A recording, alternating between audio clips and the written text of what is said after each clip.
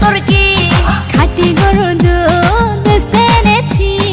ওর রূপসী মাইয়ার তোর কলসির ভেতর কি খাঁটি গরুর দুধ বেচতে এনেছি।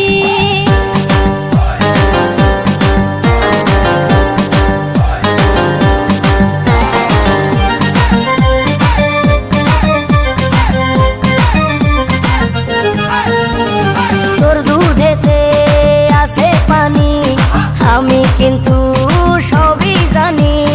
না খাওয়ালে জানবে সবাই তোর দুধেতে কোনো স্বাদ নাই।